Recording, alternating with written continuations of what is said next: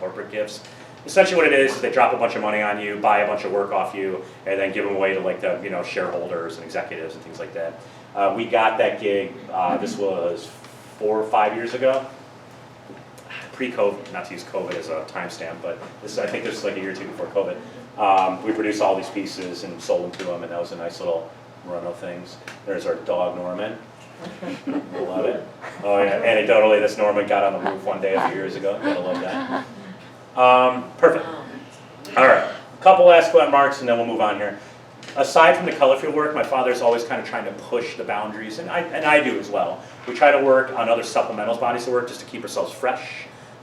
There's always a little bit of anxiety when you're doing that, so these things are night and day different than the color field work, I'm sure you noticed already.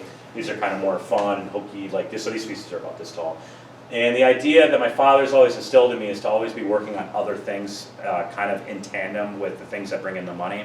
There's this real kind of yin-yang relationship of making work that sells and making work that you're proud of and merging those two things together. And the way my father kind of does that is he always works on a secondary body of work that isn't really designed to sell. That's like the tricky, we talk about kind of the crunchy canola artist thought of just like producing work because it's fun, and who cares if people don't like it, we got to do it. But when you have when you're burning 12,000 gallons of propane or natural gas a year and spending 30 grand in color supplies and things like this, you got to start caring real quick whether people are buying it. That being said, this is a quick run of other bodies of work my father has produced. These series of teapots that I've been scrolling through were a period of pieces that he did in the 2000s, let's say 98 to about 2007-8. They were just a supplemental body of work. He would market on more high-end, kind of above the cost of the pieces that we do. These are all huge, by the way. These are all about 40 inches tall, getting up there kind of thing. And he just would produce these pieces, just these one-of-a-kind, real large. This was a play on doing this banding technique of the color field work. Another run of these things. And like I said, here's my father hanging out. And in tandem with this, my father was really into motorcycles for years, and he would build custom choppers. He was kind of one of those guys that couldn't sit still. So this is probably a picture from 2006, 5, 4, somewhere around there. And he built about 4 or 5 bikes before he lost interest in the habit. Now he builds guitars. Right in that vein there, he had been working with the bike and the Harley thing for a while, so he did a line of work that was inspired by it. Again, these are just kind of these real wild, who cares, I just want to make something cool kind of pieces that we produce in his spare time. Kind of fun stuff. Wow. Yeah. Again, very kind of biker imagery inspired kind of stuff. I'm going to do it. So, I'm just going to kind of burn through these. Again, just kind of like biker fire thing going on. I'm going kind of quick here. I'm assuming we probably want to cut it here in the next couple of minutes, so I want to talk a little bit more about the work that I'm doing on the side. These are some paintings that my father's been doing. These are probably about 10 years old now, but he continues to paint kind of those things like this. Does he sign, and do you sign your You art? sign it, we sign everything. Okay, so Yeah, it's somewhere in absolutely. there as a signature. How do you do that? How do you incorporate Very simple. It's just a diamond etch. You just Okay. take a Dremel tool and kind of literally just kind of etch your signature into the bottom of it. That's something that's a very, very, very big deal among collectors when you're thinking. Because you have to imagine, we're very proud of what we do, and we're very, the work that we do is very unique. There's no one producing these type of pieces anywhere in the world. But we are in an industry that has contemporaries. There are other glass artists that operate that have their own kind of unique designs, and we all kind of coexist in the art market, as it were. Last thing we'll talk about is these series of metal sculptures. This is actually interesting because this is how I started getting involved. Around 2007 or 8, my father had, at the time, a couple employees. He had a falling out with someone who was doing metal forging for him. They would do like welding and fabricate these metal structures that he was making these glass things out of. These kind of, here's a real, kind of conceptual one. This is an aluminum shadow that he literally did out of these pieces. He would do these tablecloths where you take all these elements, slump them in a sheet, and then slump them over these tables, and they would come on and off. Really conceptual stuff. Then he got really weird with it for a while. This thing was some peak stuff. This thing was about that big, and it was literally a full body clown thing that we did. Right around when I was starting to get into it, because my father had this falling out with this forger who was making a lot of this stuff, and he actually kind of brought me off the bench, really quickly trained me how to weld, and then he would kind of cut the pieces and have me tack them on. This is when I just graduated high school. I didn't know what I wanted to do. Wasn't into the glass thing at all. I was going to Ripon College for like poli-sci and ceramics, you know, which is that was very, very undirected. And I started working with them one summer, and I was like, hey, I kind of like this. This is fun. Then I started working with the glass studio and working with the glass, and then it turned into I'm going to take a year off to kind of figure out what I want to do and work for you. And now I run the business, and history's kind of written itself at that point. So he's moved on from the bike things to doing guitars and stuff like that. Wow. So I feel like I'm kind of starting to lose the plot here. What I'm going to do is kind of cycle through these down. Does anyone have any other questions? Any thoughts about what's going on? I know I've kind of thrown a lot at you. How long would it take you to produce a piece? That's a very good question. Very good question. So a piece like this, Yeah. the actual blown part, so we have all the elements done, all the colors ready. We have an oven loaded. We're walking. We're going to make the shape. Surprisingly, about 45 minutes. It's not all that time consuming. The time consuming part is producing all the elements beforehand. You know, I keep telling you about this cane that we pull. You've seen that visual of us pulling a length of cane across the studio. Layering the color and doing that takes about 45 minutes for that one particular piece. And then, you know, you see here, you'll see a dozen different variations of imagery. All those take time to produce the poles. That'll be enough for, you know, X amount of pieces. So it's hard to quantify that in terms of actual real time, but the actual blowing part can be quite quick.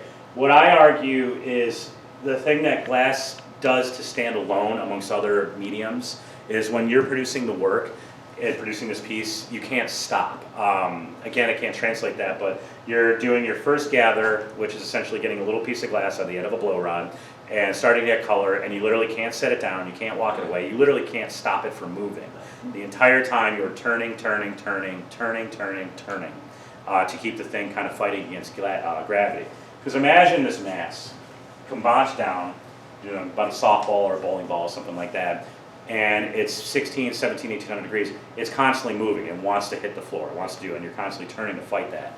So you are doing that from start to finish, and that becomes incredibly fatiguing. So again, not seeing it, I like to translate that that's kind of like the audible difference of like the speed versus the amount of money we ask for, that kind of stuff. So. Chris? How do you do that when you're pulling a 30-foot cane? It's the timing of it. Without it, you know, gravity and just... It's incredibly tricky. It's incredibly tricky. That's where the kind of the master of the craft comes to fruition. You know, literally, if you were to watch us pull it, you know, it starts off very liquidy, it's moving, and there's this thing where we're kind of tugging and just understanding exactly what the viscosity is at any particular moment. And because the glass cools very quickly, you know, when you're pulling it out from the furnace where it's at about 1800 degrees, if you're pulling it out and standing here with it, it's going to be solid, which solid is about 1000 degrees, in about a minute 10. I mean, it cools down very, very, very, very quickly. And I always like to joke that glass is essentially a war against time when you're working with it, because you're basically reheating it, bringing it to a bench or bringing it to your work area, and doing as much as you can as fast as possible before it cools, so you can't do it and then you have to reheat it. You know, I'm mentioning the fatigue. Now imagine doing this in the dog days of July when you have, you know, 10 pounds of glass on the end of the rod and you're working there all day. I use that Cosmo Kramer neurotic energy anecdote I was talking before. It gets there really quick for sure. You? Yeah, I'm recalling your table that had all of those pieces on it. Sure. And is that something when you're working with glass that each one is exceptionally unique, or are they almost indistinguishable from each other? So to be clear, when you're talking about these pieces right here. No, I was talking about the one you had gifts, and they all had the Oh, the blue- cording pieces. Yeah. Oh, and now I understand what you're trying to ask Yeah. here. Yes, so then that's a fascinating anecdote about the color field work in general. And this doesn't really apply to other glass artists. This is kind of my father's shtick, as it were. You know, we try to market that our works are all one of a kind, every single one. We literally could not recreate this piece exactly if we tried. Now, when you're talking about form, absolutely. Form being the actual shape, size, you know, the proportions of how the piece is fundamentally designed. Absolutely, and in fact, that's where the kind of the master craftsman parts of it comes. You know, we're very, very good at producing these things and producing them identically on that perspective.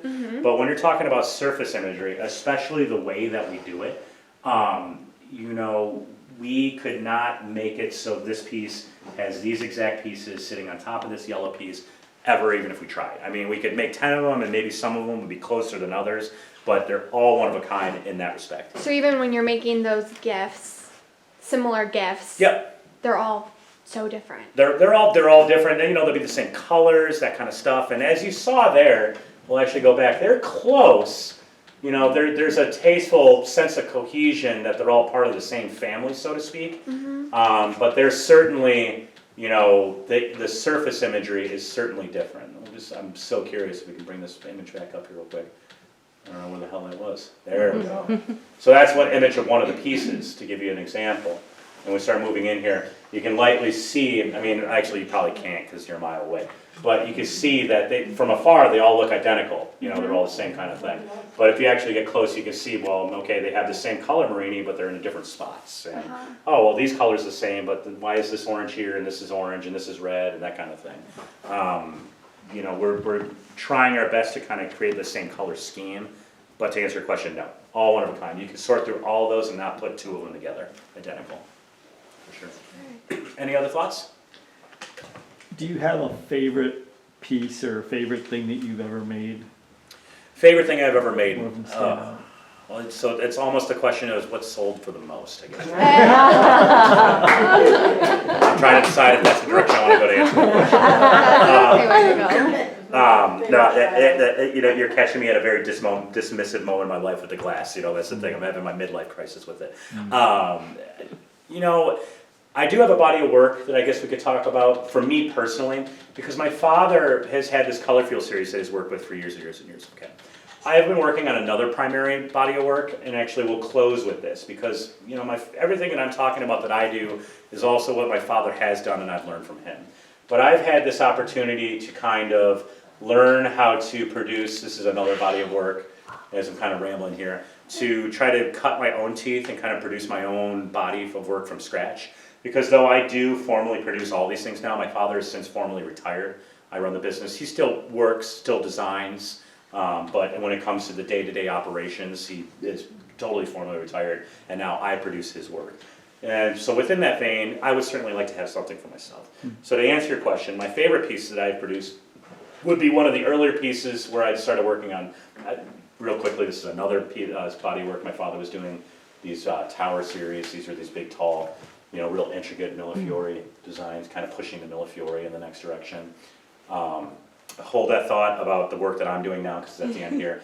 Aside from working down here in our studio, we'd also teach workshops throughout the years.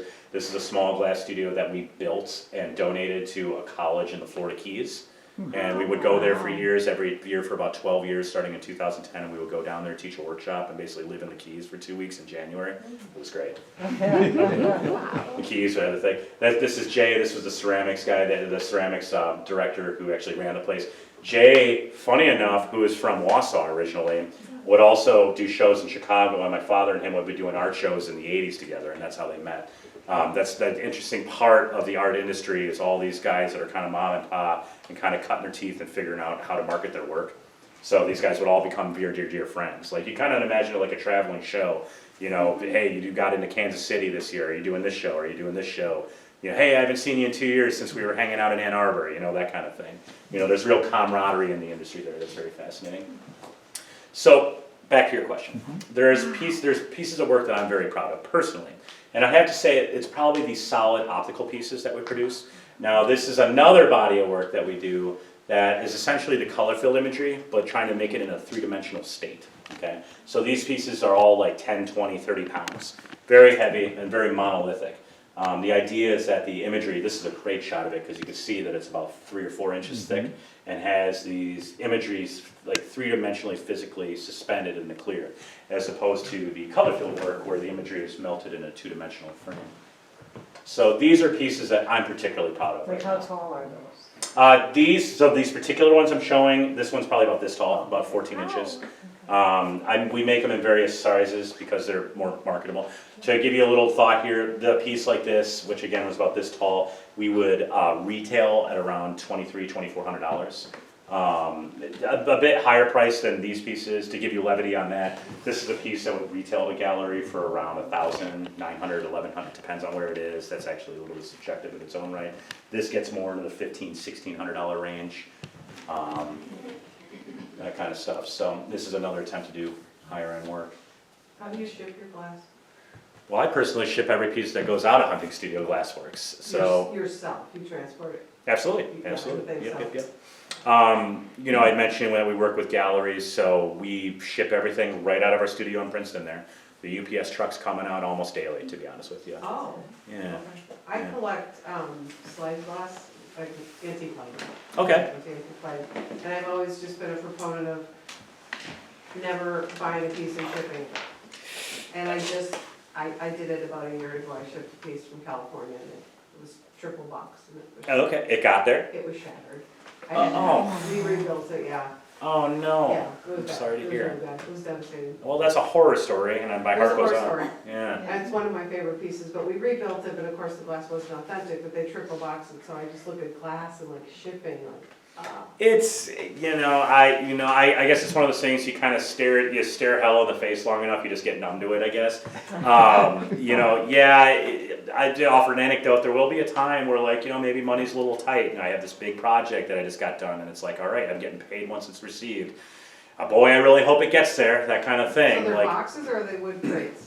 I ship boxes. I guess I'm being lightly playful here. I'm a little lucky because our work isn't all that inherently fragile. What I mean by that is, it's glass. Obviously, you drop it, you give it a blunt impact, it's going to break. But we work very thick, and that's by nature of the imagery that we do. When you start blowing this stuff out really, really thin, the imagery washes away. So we kind of make our glass a little thicker by nature for that because we want the imagery to be so tight. Now with that, the stuff is pretty robust. And what I mean by that, it's not like jostle. It's not gonna break and jostle. So to answer your question, I do pay a premium for packing supplies.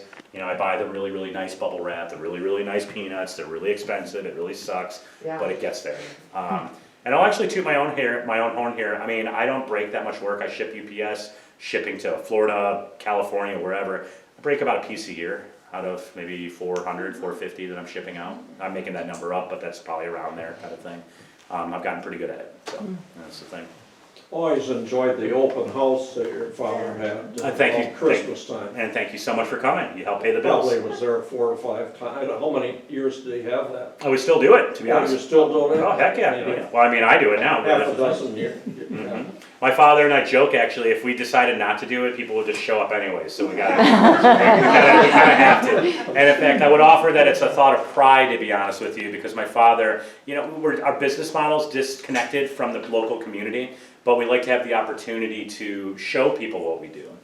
You're mentioning the open So house. when are you gonna do it this year? This year, it's always the same time, and thank you so much for exiting us through the gift shop here. I'll make sure you get a cut if any of these guys show up. That's what I did for a living. I appreciate it. Heck yeah, the marketability is astounding.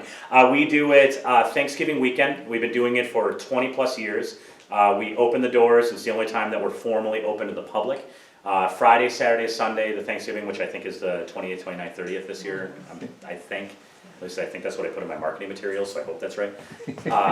And we are open like 9 to 5. I do demonstrations all day. It's the only time of year I make holiday gift items. I make kind of ornaments, snowmen, these kind of, gift item oriented kind of things. I certainly have some of the big boy stuff out there too.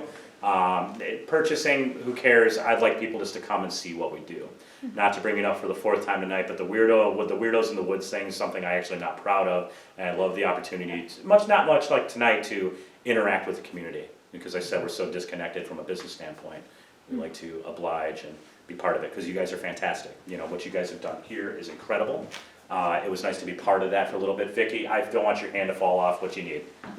No, I just want to say that in case somebody doesn't know and hasn't seen what Wes has donated to us back in arts and entertainment, we have one of his pieces on show, and it's absolutely gorgeous. Thank you, and that's a donation. We're happy to oblige. Like I said, anything we can do to be part of it, You know, we relish the opportunity, because like, you know, I'm joking before, we don't get to do it. And we love to, you know, aside from catching one, either myself or my father at the bar, I think it's to do something more concrete and formal as well. Well, I gotta tell you this, I feel like I'm going long, it's 7:20. I can sit here and do this all night, but I wanna give you guys the reprieve to bail if you want. If you have any last questions, you can kind of talk to me on the side here. I wanna give the opportunity, anyone who wants to get out of here, but I'll hang out for a little bit if you wanna come look at the work and all that, so. Thank you so much for coming, guys. Thank you. When we moved to Princeton, I heard, oh,